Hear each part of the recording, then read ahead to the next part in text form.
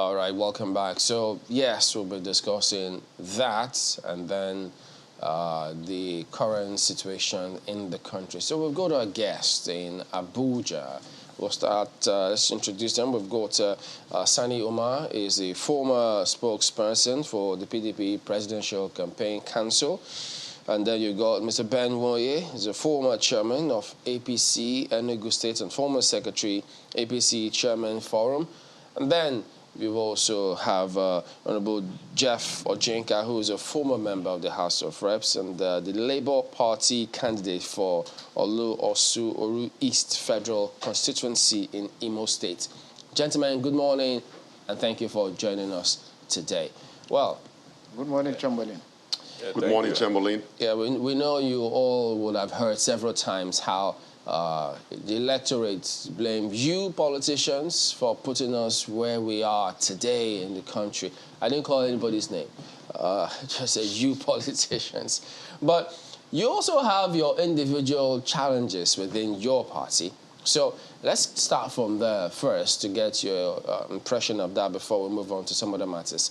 Dr. Woye, today it's reported that the chairman of your party says any member of the party who is talking about the Muslim ticket is sabotaging the APC.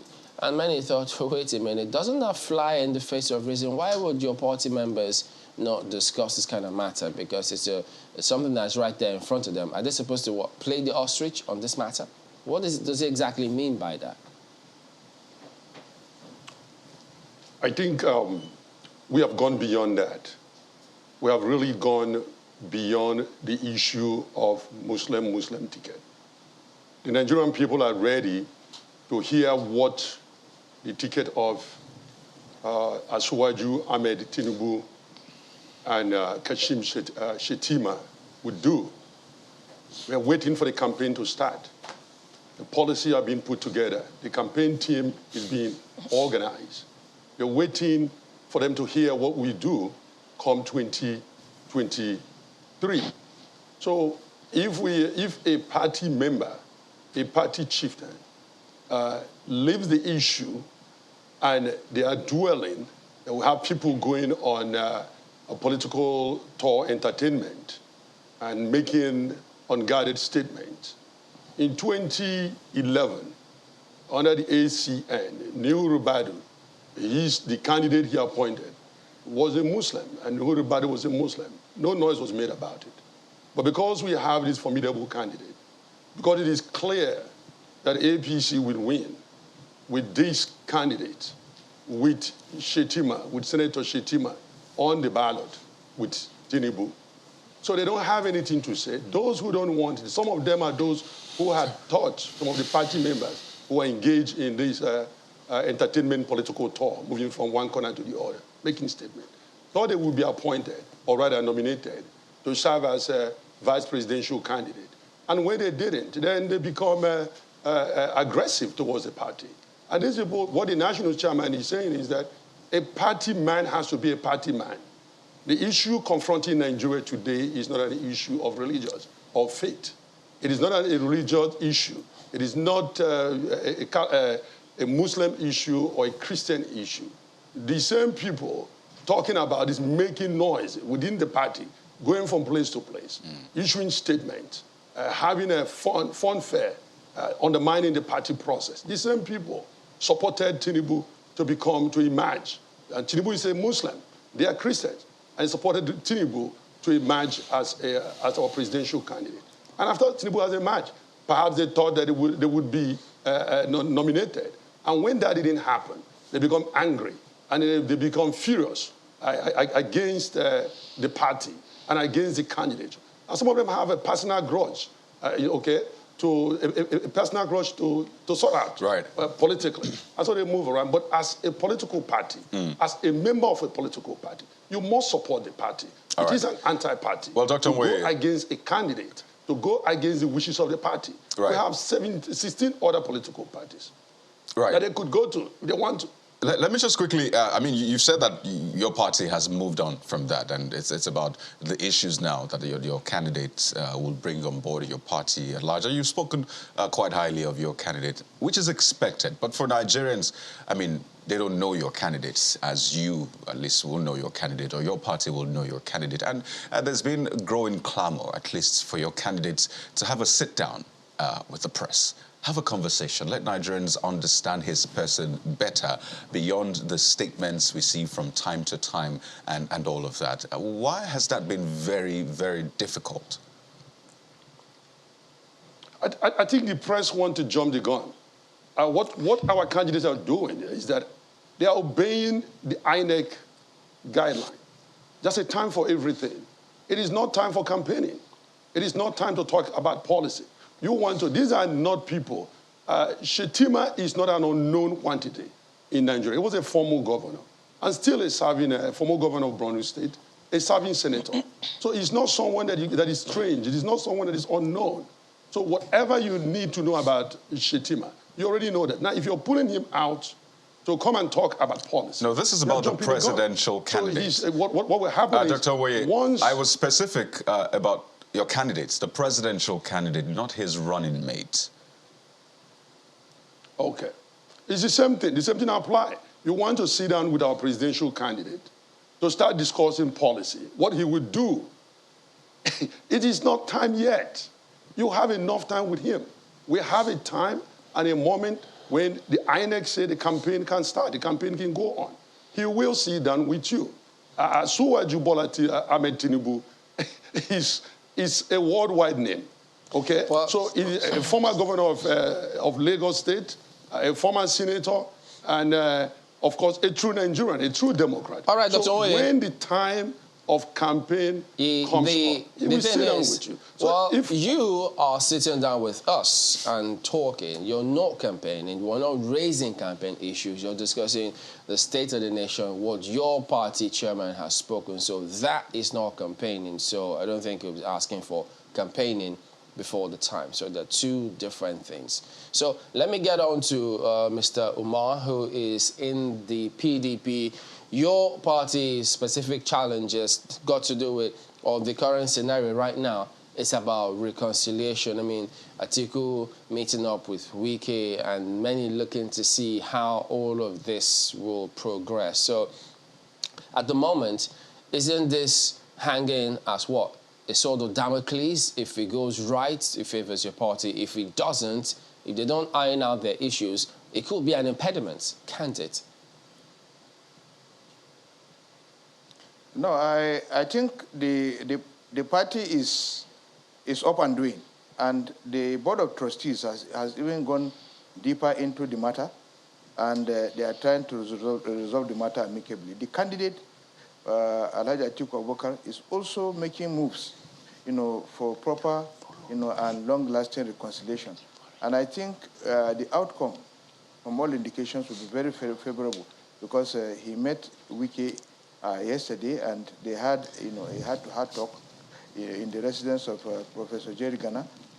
And the discussions, from what has filtered to us, is very positive, and they are making some headways. So I believe that once they conclude their discussions, the party will now be on a clean slate, and we will now start, the quest for our movement to the Villa in 2023, because we are very confident that our candidate is the best of all the candidates that are contesting in Nigeria.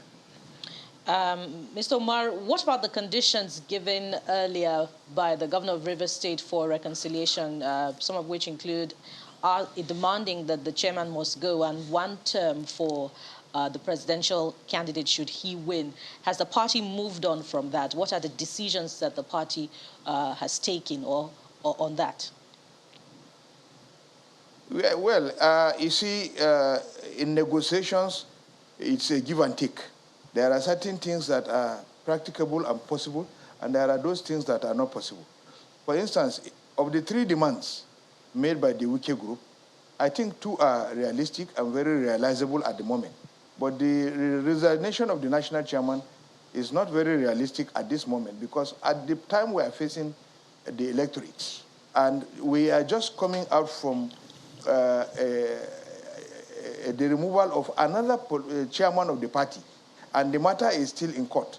And now, can we now bog ourselves with so many legal issues over resignation, removal, this, or are we going to the election with an acting national chairman, or are we going to go and, conduct a convention to elect a new national chairman? The times are too close for us, and this is an election. It will portray our party as a party that is not serious. So our job now is for us to be able to tackle those things that can be done quickly, and then those ones that cannot be done, we address them at the appropriate time after the elections. Now, for instance, if Atiku wins, the UK is making demands that he should agree that he is going to serve for only one term.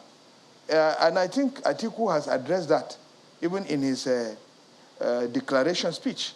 He said that he is running a transition government. And a transition government, as we know, even in South Africa, when Mandela said he was running a transition government, has also been rechristened the Mandela option, which is one term. So I don't think there is anything new on that. And the third request he has made is that all appointments will be done, with them. Of course, he's a high-ranking member of the party. He's a very senior member of the party. He's a very influential and very important stakeholder of the party. There is no way any of those appointments can be done if we win the election that will not be done with him and his group. So that is taken. These two are taken. The resignation of the national chairman is the one that is not practicable at the moment. Note, I said not practicable, because the party cannot go into the elections with an acting national chairman or conduct another convention to elect a national chairman. All right, Honorable Ojinika, now we've seen the Labour Party are now spokespersons for the presidential candidate. The APC has announced the spokespersons for the party. The campaign organizations have also been announced. What's going on with Labour Party? Well, Labour Party is a party that believes in a due process. At the fullness of time, the campaign council will be unveiled. We have elected our presidential candidate in Asaba, unveiled our presidential candidate, vice presidential candidate in Abuja, and we're waiting for the inauguration and an unveiling of the campaign council. At the fullness of time, within the guideline provided, that will be made public very soon. Honorable Ojinika, what is this fullness of time? Is it political, religious, or religio-political? Give us an idea. People want to know. I mean, there's been a lot of buzz about Labour on social media, but putting boots on the ground is a different scenario. Or are they going to be playing catch-up eventually? Are you not playing catch-up now already? You see, we are not having the problems that the other political parties are having. They are still having a lot of internal issues and internal contradictions that from every available indication, there's no way they can escape from those contradictions. For instance, for my colleague to, on this place, to say that religion is not an issue, that means that it's not a student of history. Religion from Adams, there's a functional duty that the religion will serve in any given societies. All the institutions, other institutions, economy, family, they serve their role, but religion serves indispensable role. There are situations and certain questions about life that you cannot answer except you revert back to religion. And religion helps to stabilize every polity. So when any individual comes and says that religion is not an issue, that means the person is being hypocritical.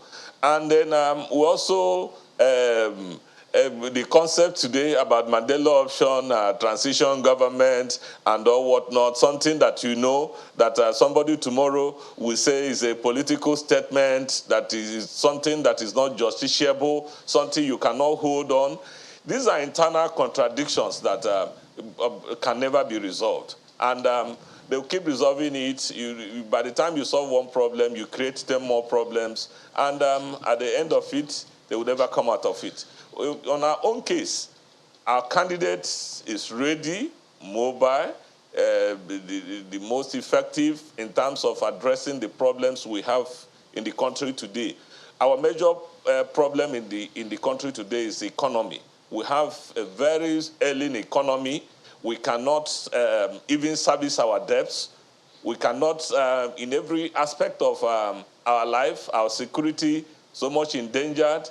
In fact, one will be wondering how, what the APC and PDP will come up in this campaign on all issues, on all aspects of human indices. But in terms of how we started in 1999, right, how the PDP managed it for 16 years, and how APC had managed in the last 7 years, getting to the next 8 years. I just wonder what they will tell Nigerians. You know, naturally, all of the parties will be scrutinized. Just wondering what that will be. Right. Naturally, all of the parties will be scrutinized. APC, PDP, Labour Party. It's the natural process. And I just want to be clear on this one for your party now, specifically. So the faction that had been saying, well, we are the right, faction of the party, in fact, conducted the primary at some point. Has the party been able to rally everybody around now saying, you know what, let's forget all of the differences that we may have had in the past, perhaps the court cases as well? Has your party been successful in rallying those or that faction in now? Well, as far as the party is concerned, there's no faction in a Labour Party.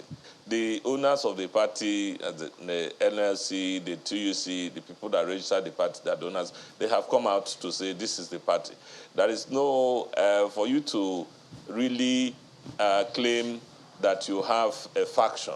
That means that you need to have all the structures from the national to the state to the local.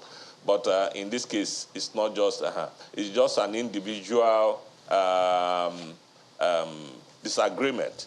And I think it's being well taken care of. The matter is already before the court, so one may not be comfortable enough to discuss more on it. But just 2 days, the National Working Committee of the party had met to agree on a whole lot of things. And at the fullness of time, all those things in terms of how the campaigns will go will be made public. Sir, for those who are reacting to the growing movement, of the presidential candidate of your party, also worry, and you talk about contradiction, they worry about what a Peter Obi presidency would look like. That's if he won in the first place. If you have an assembly, National Assembly, populated by members of the other political parties, what kind of, how would that government survive? You see, definitely the party will win a lot of seats in the National Assembly, enough to see to good governance of the state. But that is not just to say that it is not possible that you have a system where one party will be in charge in this chamber, the other party will be in charge in the other chamber, and then maybe the other party will also be in charge at the executive. Such arrangements are possible in a political arrangement. And the only thing that you need under such a circumstance is to have transparent, a leader that is transparent, that everything is put on the table. And once there is a rule of law, that there is a division of labor, all tiers of the government have their duties and roles, and they are allowed to play it. It is unlike in this situation now, where the president would like to determine who becomes the Senate president, who becomes the speaker, and even to the point of appointing committee chairmen and all the rest of them. Those things are not here where you were supposed to have pure separation of powers. All right, and gentlemen. once you have pure separation of powers and you are ready to do your job, okay, those fears are and. All right, let's talk about security and what is currently going on at the moment. All of you, your parties, individuals as well, you've been in different positions wherein you could have done a thing or two to improve the security situation in the country. For instance, where they say we need to reorganize the policing or security architecture in the country. You lot have been in different positions where your suggestions or you could have done something about it, but at the moment, we've not revisited the structure of policing in this country, which many keep clamoring for. So, Dr. Way, let me start with you. You're the ruling party. At the moment, given the scenarios we just heard just before we started this conversation, the President of the Senate talking about no more foreign direct investment, not at least as much as we ordinarily could have attracted as a result of the security challenges that the country is facing. So it does suggest as though your party has dropped the ball so hard. Dr. Moye, that's for you. You can hear me?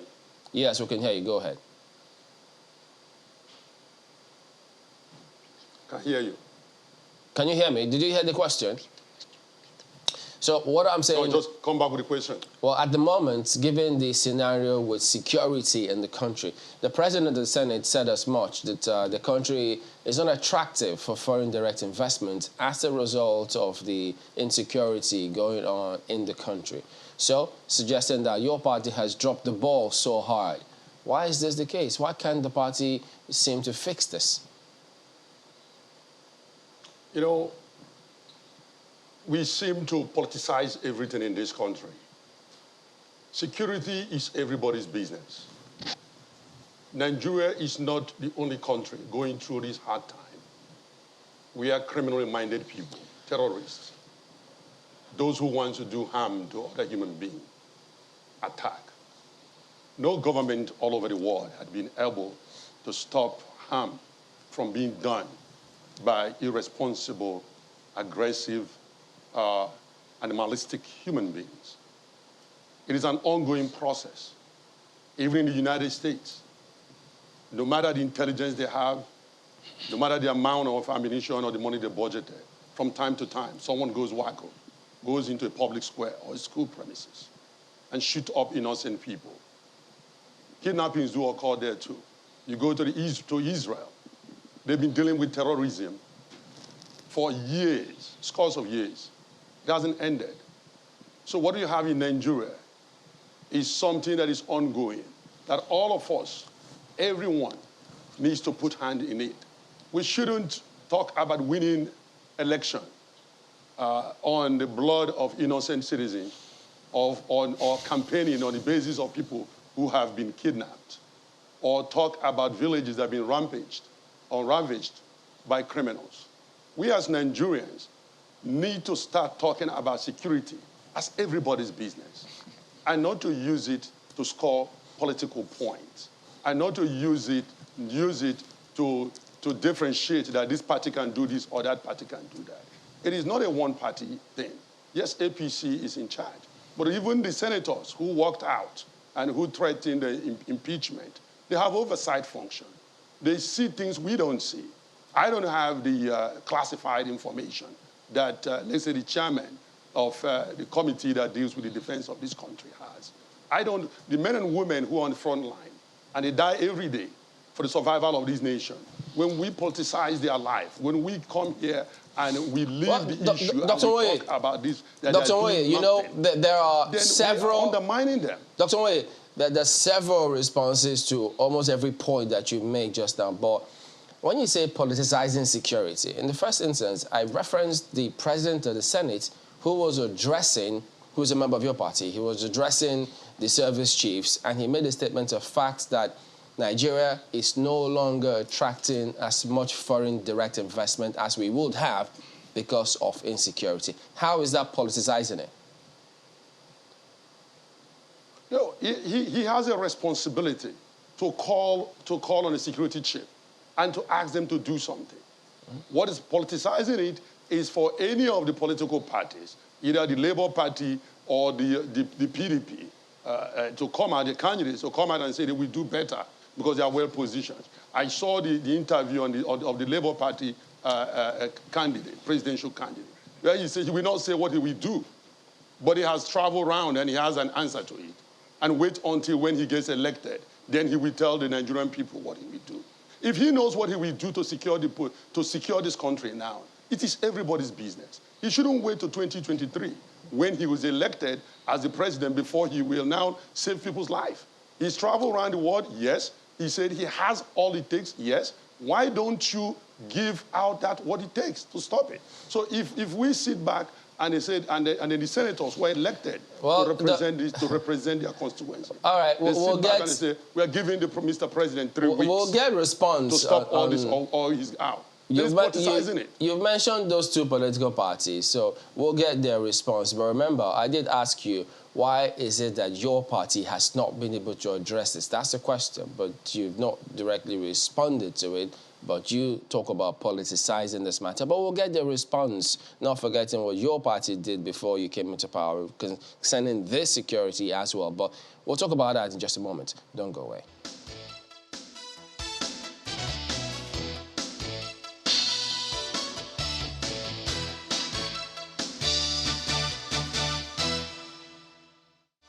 Welcome back. Mr. Omar, what do you think about the current security challenges in the country?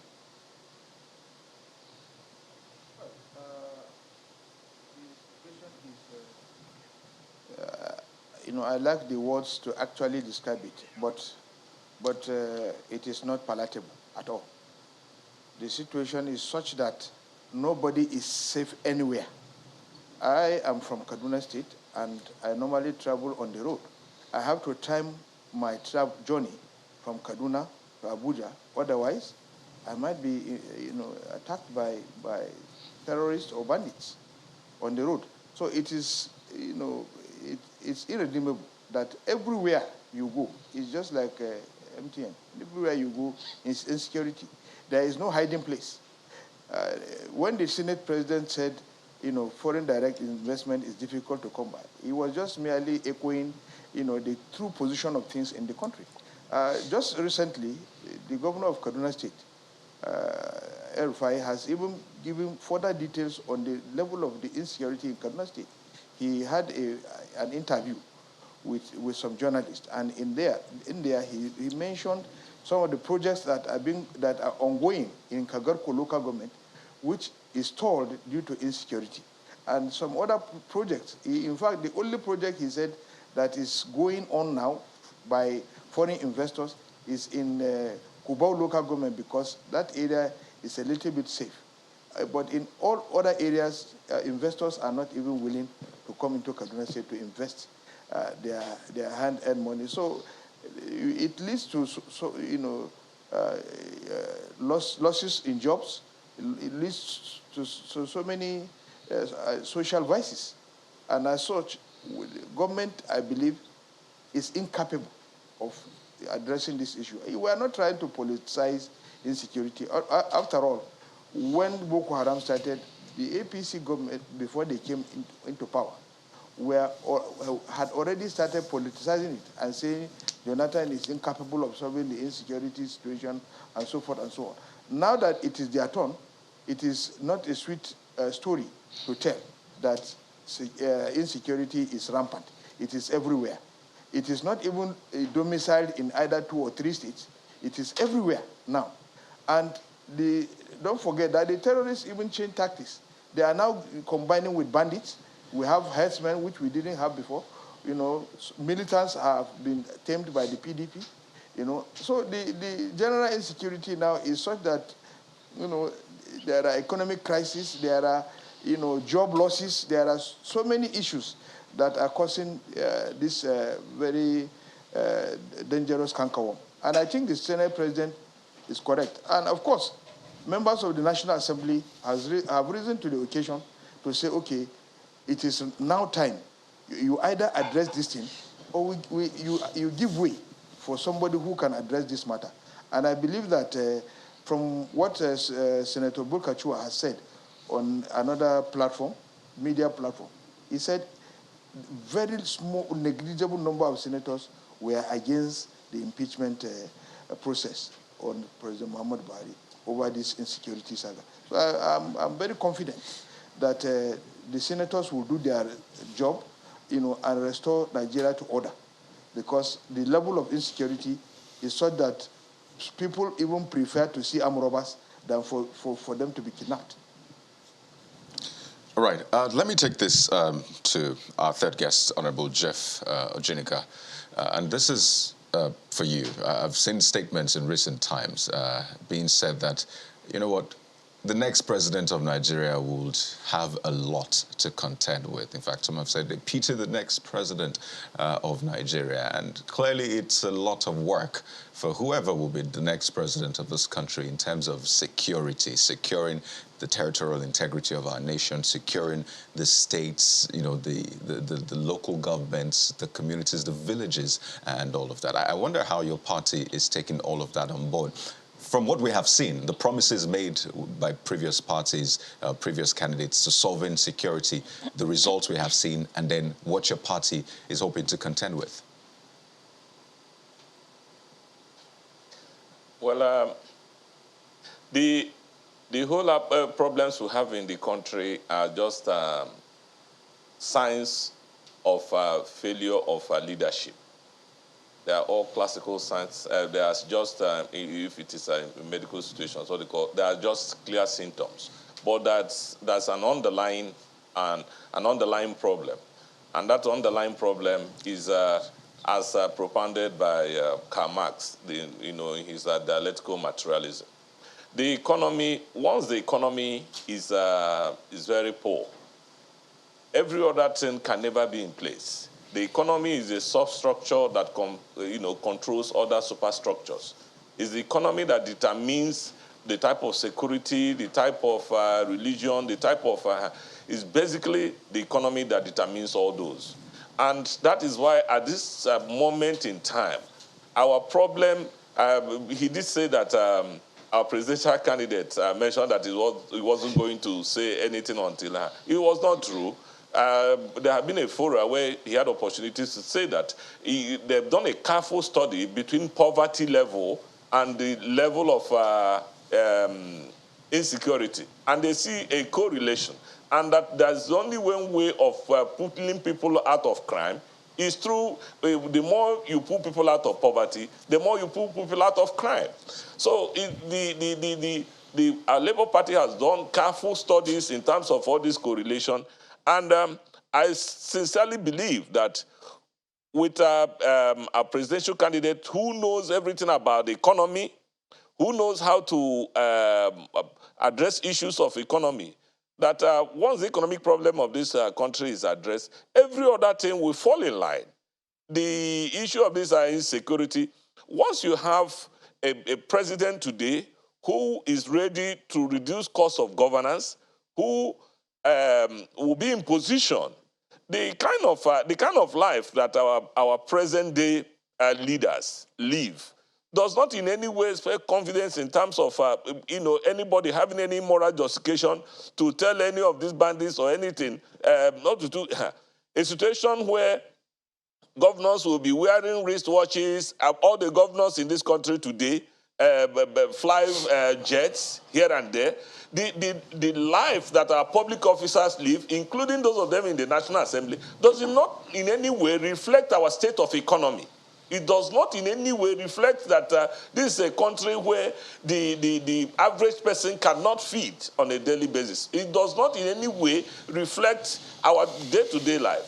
So that's why there's a new consciousness, and they call that consciousness the obedient people in this country have decided that this election is not going to be as the elections of the past, that they have identified a man in who Nigerians will trust, that he will come and reduce cost of governance, bring prudence, accountability, and everything to bear in governance, and a lot of investors will have confidence. I can tell you, with the kind of how will you tell a bandit who is getting 100 million to live from there when you hear that the accountant general has also in office has embezzled over 100 and something billion? Is there any difference between the two? And from the APC came, they made promises on 3 cardinal issues. One is security, one is corruption, one is on the economy. On all these indices, on all these issues, have we done better? We have fared abysmally low in all this. The only thing is that we have leaders who don't have conscience. If we have leaders that have conscience, nobody as of now will be giving somebody 6 weeks to face impeachment and all whatnot. Don't we see what happened in the UK? The Prime Minister had to resign. Even in the churches now, the former Pope, people had to come and say, please, my state of health can no longer allow me to continue. The Pope resigned. Indeed, people Mr. are expecting Ojinika, that there should be mass resignations from offices in terms of people who are in offices and who cannot perform. We have stark realities. Let them save Nigerians the agony. Just as you've described them. And indeed, Nigerians hope, that's the hope that if your party wins, it will be able to address these many concerns. And you took the words right out of my mouth when you talked about the tripod promises that the APC made when it came to power. And that's what I'm bringing to Dr. Omoye. You didn't quite answer my colleague's question, Chamberlain, which is, why the government has been unable to rein in on the growing insecurity situation in the country. Let me now come to the economy, which is one of the promises made by your party at the beginning of just before it came to power. But what we have now, begs the question. Inflation is double digits, all-time high at 18%. Food inflation is also a double digit at this time. Why has your party been unable to deliver on its promise nearly 8 years after?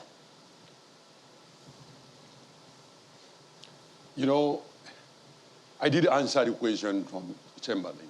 I did answer the security question.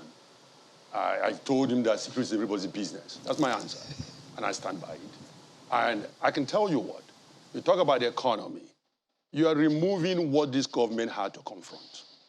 This government met a country that was ruined by PDP.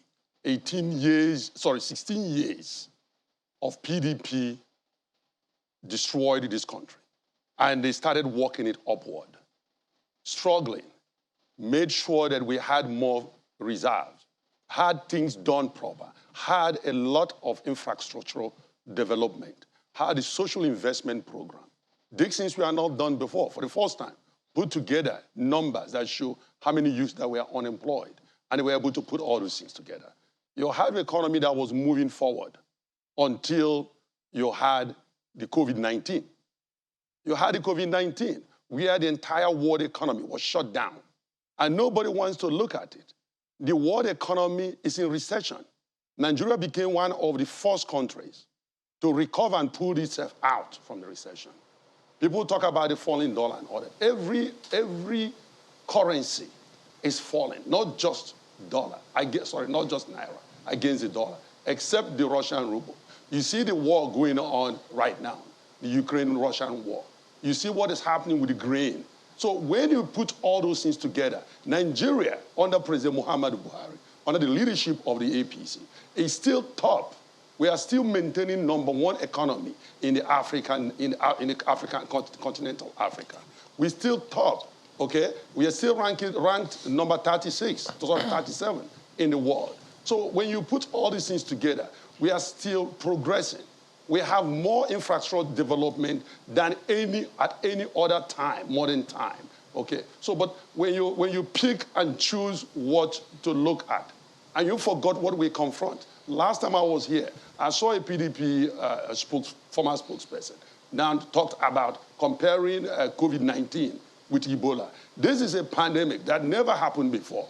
This government was able to handle it. rescued it, did better than majority of the world. And we're talking about a country of over 200 million people. And we were able to put things together that had this country, had the economy going. So it is not peculiar to Nigeria. It is a meltdown of world economy. So if we begin to make it an APC project that they failed to deliver, then you must bring the other things that were not there when those promises were made.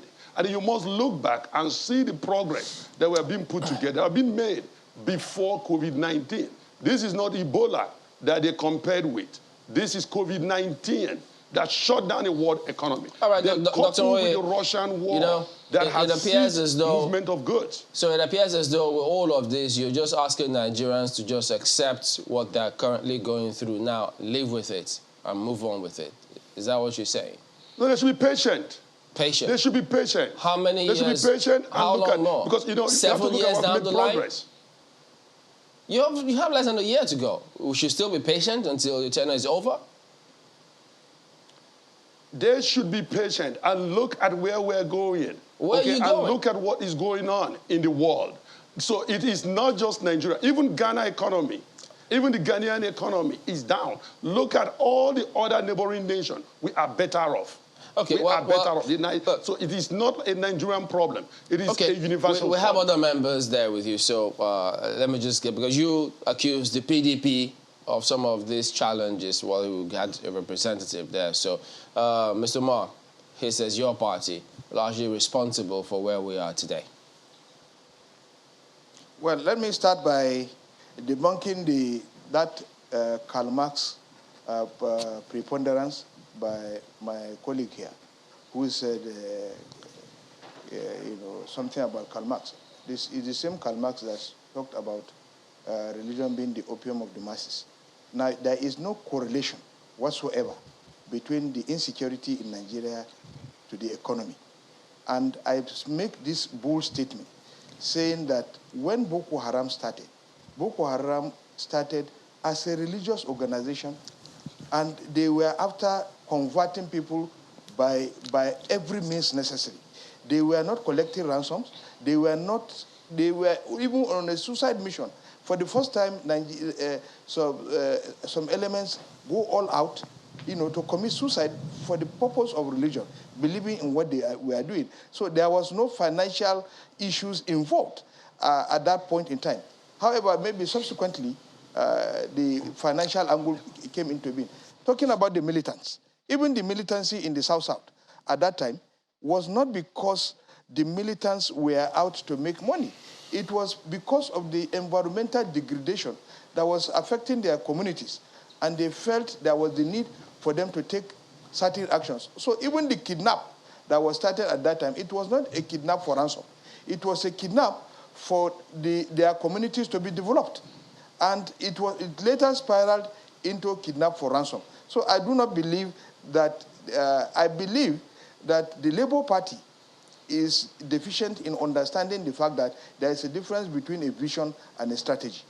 And the vision of a political party on how they intend to solve security issues should be made known to Nigerians. The strategy should be left to them. They will now develop the strategy on what they intend to do based on their vision for Nigeria. Now, coming back to the issue of the economy, I will be very surprised if we are talking about that the PDP left the economy in a very bad state. I think that is very unfair. For number one, when PDP left, we were number one. The economy, the Nigerian economy was number one in Africa. And number two, we were number one investment destination in Africa. Again, the PDP never went into recession. But the APC has gone into recession twice. If the first one was an error, the second one could not have been an error. It is because there is no effective management of our resources that will take us to the promised land. So I believe that it is a failure personified by the APC that they are refusing. Why are you comparing the economy of Ghana or any other country with that of Nigeria? Look at internally, are we being managed properly? That is what you should concentrate on. Across board. On how the president of Ghana has his mandate with the Ghanaians. Well, Any across other board, president though, has his own. there will be questions. Our mandate with our president. Right. Is he managing our economy well? Well, like across board, there will be questions about just how many people both governments have been able to lift out of poverty. Because when we talk about GDP, whether we're the biggest economy in Africa, you look at the people, because that's the true measure of an economy anyway. Just how many are in poverty? 40%.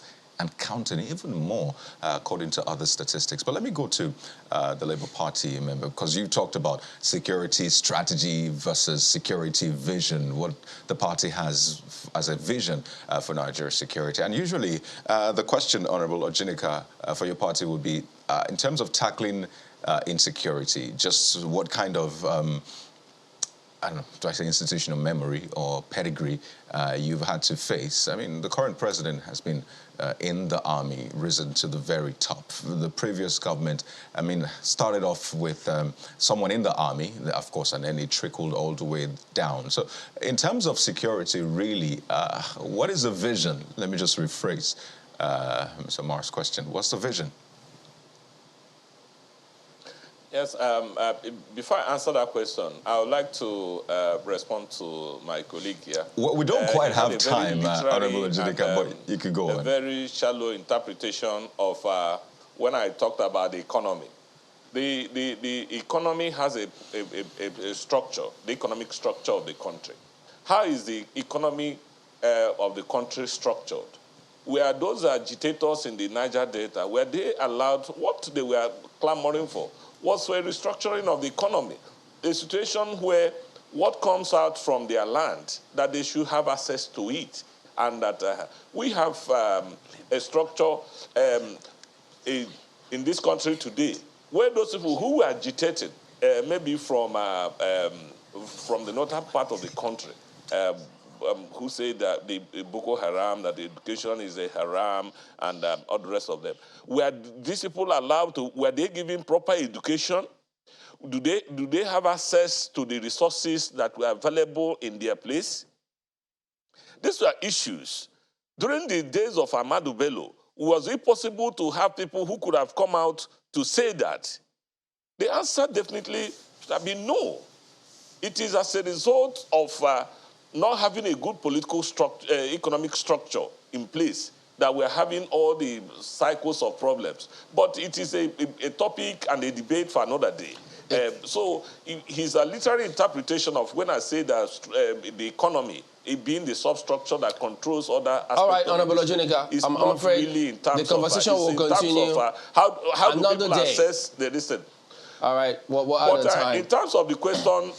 well, unfortunately, we're out of time. That's why he was trying to tell you that we didn't have a lot of time on this. But we have to end at this point in time. We appreciate you all. But clearly, when the chips are down, get to the markets, go out there, get feelers from what the people are saying. Ultimately, they will decide what they will do moving forward for the next 4 years at least. But we have to thank you for coming on this morning. Honourable Jeff Ojinika is a former member of the House of Reps. He is a Labour Party's candidate for the House of Reps for Oru East Senatorial Constituency in Imo State. We've also had Dr. Ben Woye, who is the former chairman of the APC, Enugu State, and he also was the former secretary, APC Chairman Forum, as well as Sani Umar, former spokesperson, PDP Presidential Campaign Council. Gentlemen, thank you all for coming on today. You're welcome. Thank you. All right, so coming up next, we'll talk about the elections. That will be in just a moment, and looking forward to what to expect. Election management. Join us again.